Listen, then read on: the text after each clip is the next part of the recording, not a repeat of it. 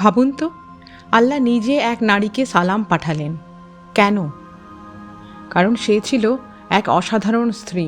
সুবহান আল্লাহ। জিবরাইল আলাইহিসসালাম নবী রসুল সাল্লাল্লাহু আলাইহি ওয়াসাল্লামকে বললেন, হে রসুল সাল্লাল্লাহু আলাইহি ওয়াসাল্লাম, খাদিজা আসছেন খাবার নিয়ে, তাকে আল্লাহর সালাম দিন, আর আমারও। খাদিজা বিনতে খুয়াইলিদ রাদিয়াল্লাহু তাআলা আনহা ধনী সুন্দরী, কিন্তু তার সৌন্দর্য ছিল ইমানে।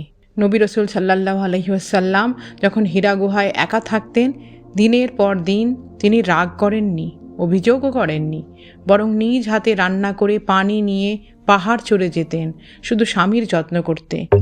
কি নিঃস্বার্থ ভালোবাসা, কি ধৈর্য, কি বিশ্বাস!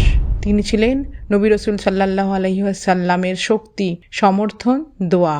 যখন সবাই সন্দেহ করেছিলেন নবী সাল্লাল্লাহু আলাইহি ওয়াসাল্লামকে, তিনি বলেছিলেন, আপনি কখনো মিথ্যা বলেন না, আপনি অভাবীদের পাশে থাকেন, আপনি সত্যের পথে চলেন, আল্লাহ কখনো আপনাকে ছেড়ে দেবেন না।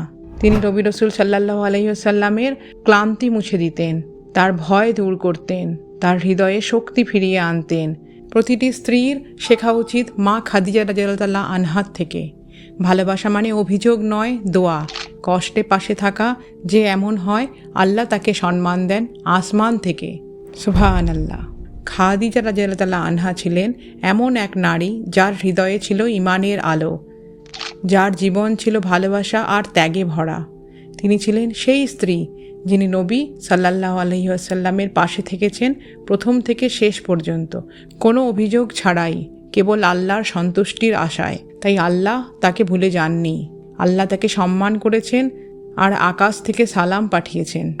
প্রিয় বোন, যদি আপনি ভালোবাসেন আল্লাহর জন্য, ত্যাগ করেন আল্লাহর জন্য, তবে পৃথিবী আপনাকে ভুললেও আল্লাহ কখনো আপনাকে ভুলবেন না। ইয়া আল্লাহ, আমাদের মা খাদিজা রাদিয়াল্লাহু তাআলা আনহার মতো করুন, যিনি ঈমান, ভালোবাসা ও ত্যাগে সংসার গড়েছিলেন। আমাদের হৃদয়ে উনার মতোই ধৈর্য, নিষ্ঠা ও স্বামীর প্রতি সমর্থন দিন, যাতে আমরাও আপনার সালাম ও জান্নাতের সম্মান পাই। আমিন।